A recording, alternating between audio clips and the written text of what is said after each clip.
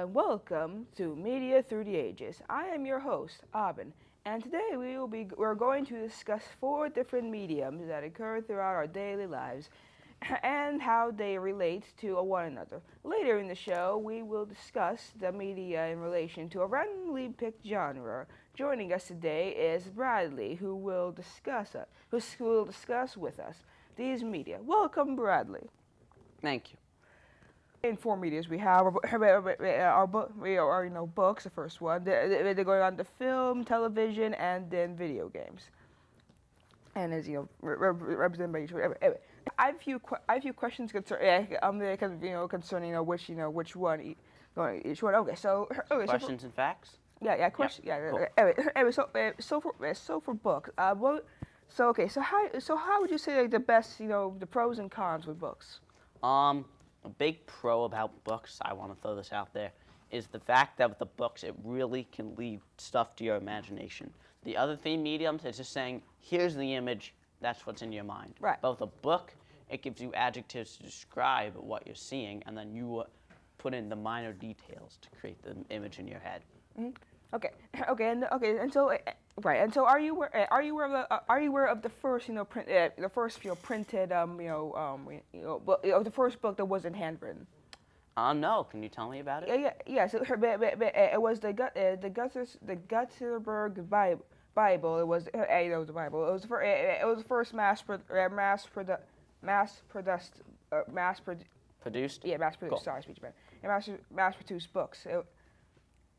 Yeah. And it was. I heard it was mass-produced in 1490, Yes, right? about that. Awesome. Yeah, so it was definitely very big, and I guess kind of made the book itself very popular, or at least for the times. Mm-hmm. But then granted, they continue to carry on to age regardless. Anyway, so moving on to film. The very first film that had color was The Wizard of Oz. Anyway, so what? Seems kind of fitting. It's a nice classic. Right. Anyway, so what would you say is the the pros and cons or whatever with film? One of the pros of film is you get a pretty decent amount of time to visualize what you want the viewer to see. Mm-hmm. So the exact experience you're going for, you can have. Mm-hmm.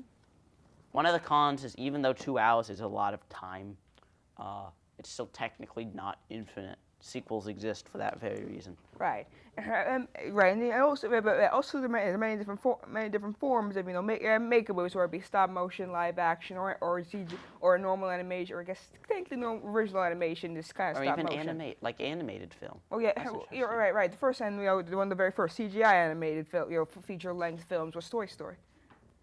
Interesting. Anyway, so it was kind of a branch off of film, but would be TV, and so Actually, an interesting fact about TV, it almost killed off film. I know, right? It's like I read. And it was like, why would you go out and pay like $5, not $5 at the time, but why would you go out and pay money to go watch a movie when you can just stay home and watch TV? Exactly. So what would say some of the pros and cons of television would be? Well, it has similar pros with movies, except it actually has very similar pros and cons. Different ideas you can make, since they cost a lot less to make since they're shorter episodes because they're episodic.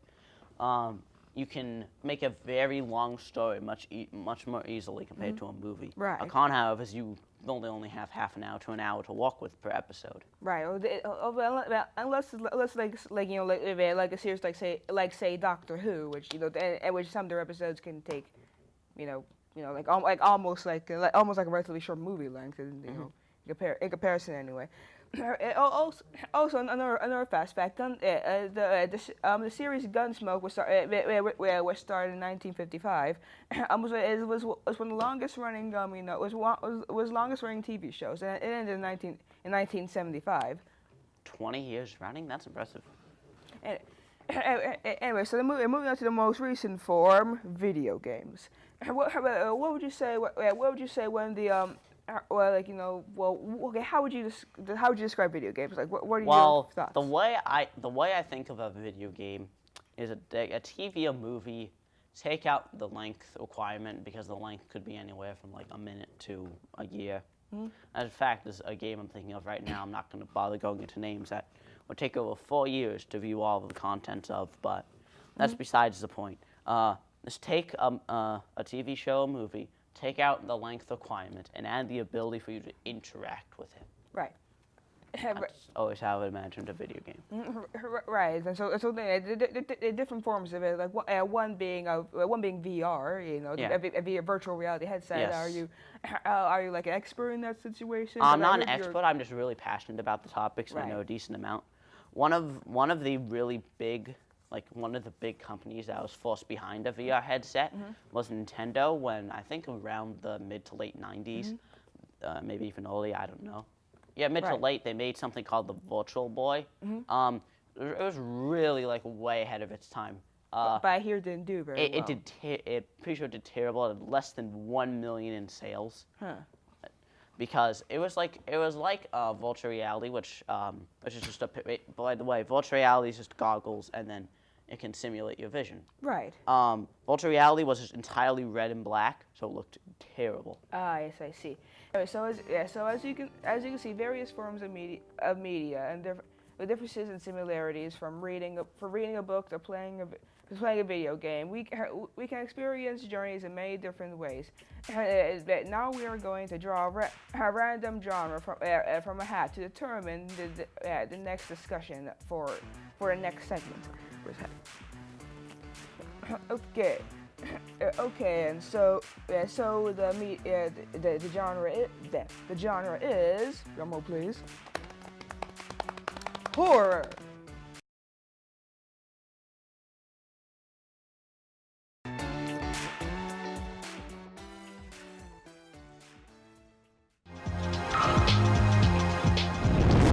There are many ways of wrapping production cables.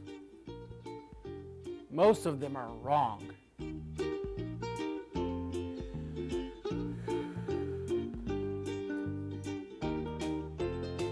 To protect the cable and keep it from tangling, the accepted method in the video industry is the RCA wrap, commonly known as over-under.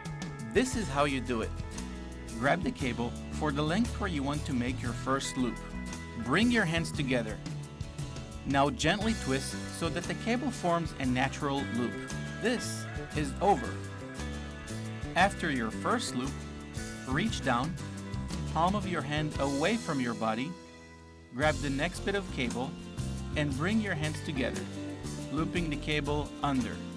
Now reach down again and loop the cable over. Continue to alternate between over and under until your cable is fully coiled. If your cable is wrapped properly, you can uncoil the cable quickly with no loops, kinks, or tangles.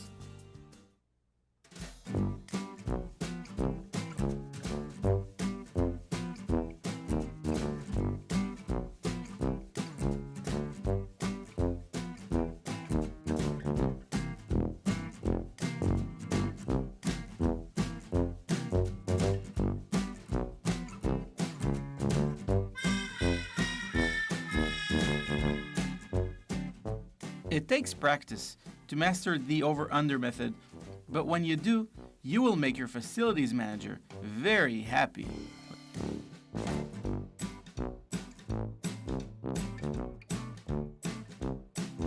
If you want to learn more about this or other video production techniques, sign up for classes at Montgomery Community Media.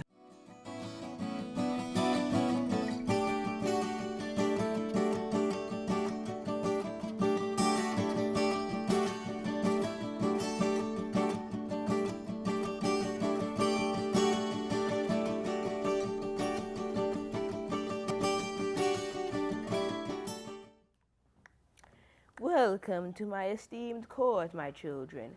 We are going to discuss horror and how it relates to the four mediums that we have previously discussed. For centuries, horror has haunted our souls and terrorized our imaginations. Joining us is our guest, Bradley, who has turned into a zombie. A very casual one. And talks normally and stuff.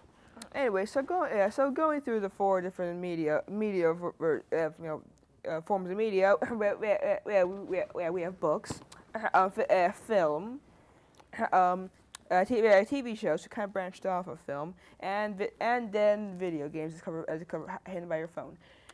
I left that phone there. I'll talk about it later. Yeah, okay. I feel as if when talking about film, you picked up a spider instead, but I'm not going to No, question no, that. I picked up the spider because the film was Oh, behind the got it. spider. Okay, that makes And, much more and sense. by the way, the spider has a name. It is it is Bartholomew. Regardless, so going to the books. Okay, how would you say horror affects books and how it affects books like the imaginations of the reader?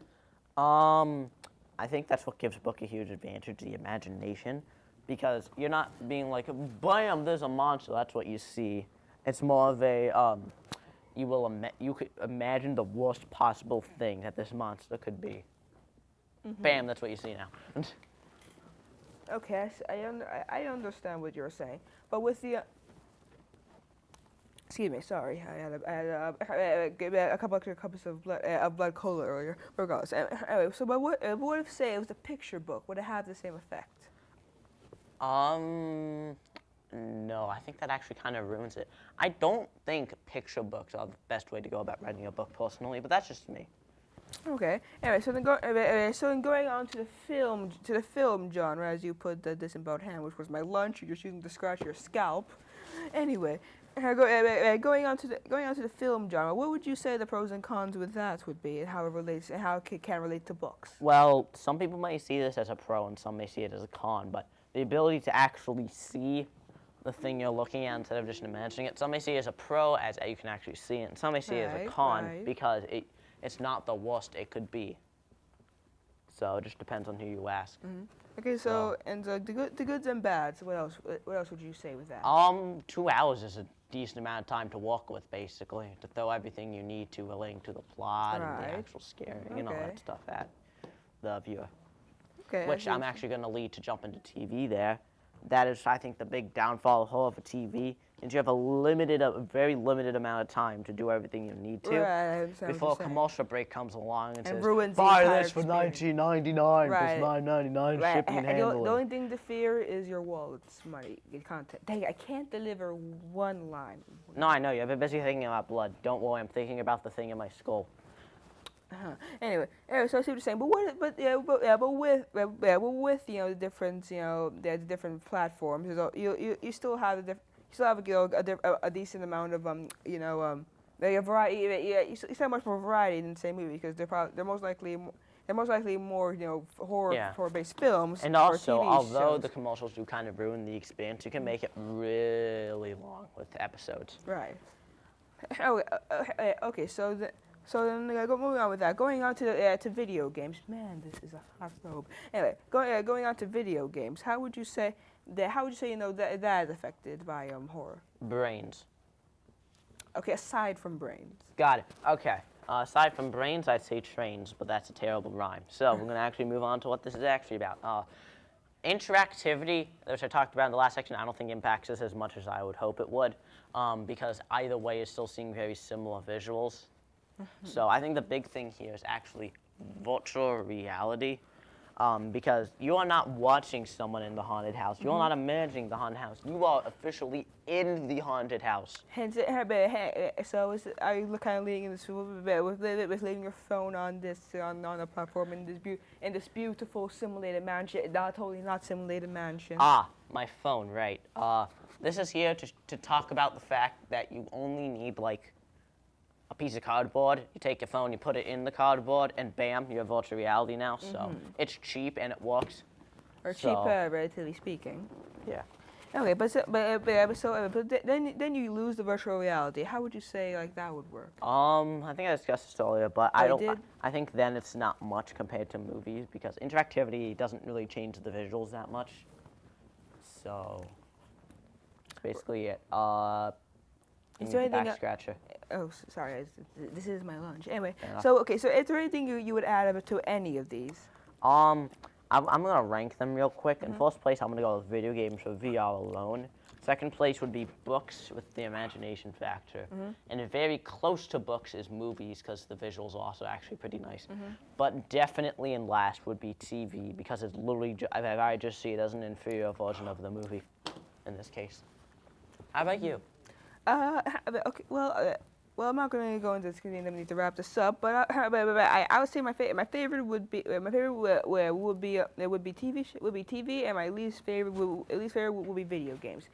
Anyway, so I thank you for joining us. We hope that you have learned a lot from Media Through the Ages on different media in our lives and how they interpret into horror as a genre. This show was produced by the Montgomery Community Media's green screen class of July 2017. We hope you've been entertained and enjoyed the show. Stay tuned for Blood and Green Screen Productions.